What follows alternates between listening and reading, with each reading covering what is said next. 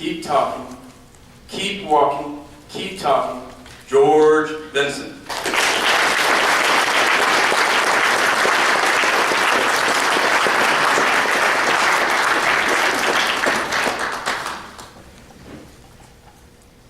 As a young kid, I remember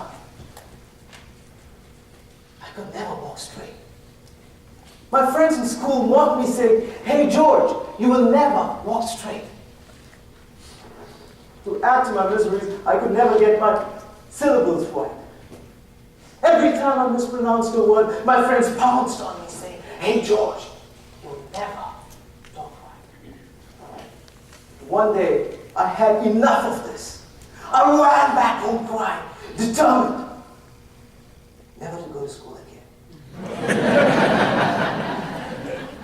That's when my father, with all the love he had, put his arms around me and said, "Son, always remember, in life, you will have two choices. The easy choice and the hard choice. The easy choice in life is to give up. It is to believe people when they say that you cannot do this. The easy choice in life is to stop walking, stop talking. The hard choice in life is to never give up. It is to believe in yourself. The hard choice in life is to keep walking, keep talking. Contest master, Toastmasters, and all of you who talk the walk and walk the talk. As my wife's father always said, life is a fabulous teacher. Some of the lessons she teaches us is not when the ride is smooth, but when the ride is rough and bumpy.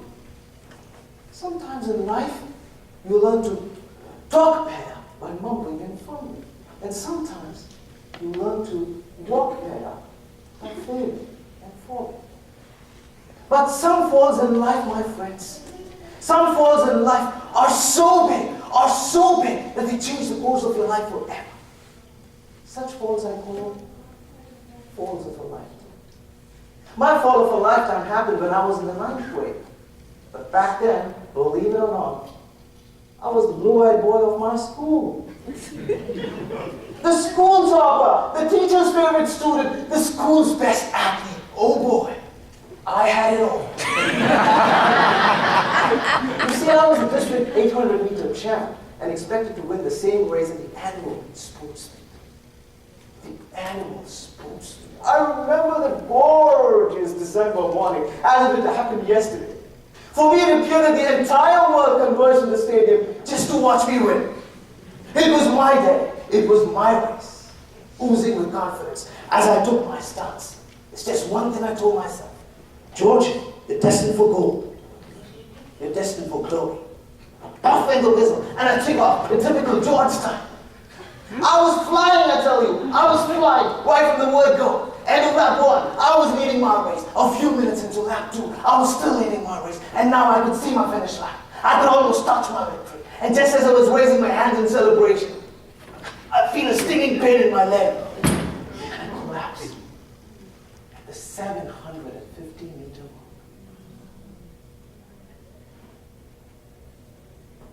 I was a sad young man that day. Sad, not because I didn't come first, but sad because I didn't finish my race.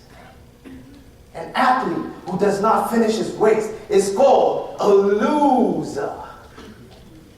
That day, the 750-meter mark, I became George the loser. I had to take a hard choice in life that day. A choice to never give up in life ever again. After that day, I trained harder. I sprinted faster. I ran longer. Not to come first, but to finish my race. Exactly 1 year later, George the loser competed in the same 800-meter race on another gorgeous December morning. But this time, as I took my stance, there was just one thing I told myself.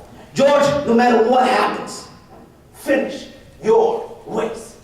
Off went the whistle, and I took off in typical George. But this time I wasn't flying. This time, all I was determined to do was go on.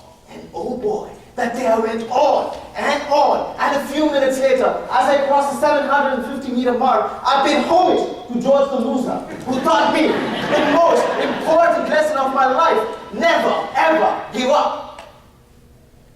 Never, ever give up. April 15th, 2013, the Boston Marathon bombings. As the entire world watched in shock the destruction and chaos at Boston unfold, there was one small story that went untold. The story of Bill Ifrich, a 78-year-old marathon runner who was knocked down to the ground after the explosions. But Bill didn't give up. He stood up and finished his race. He stood up and finished his race. Have you finished your race? Have you finished your race? My dear friends, our races might be different. The way we get ahead in life might be different. The way we fall might be different. But then you have it in you to stand up and finish your race.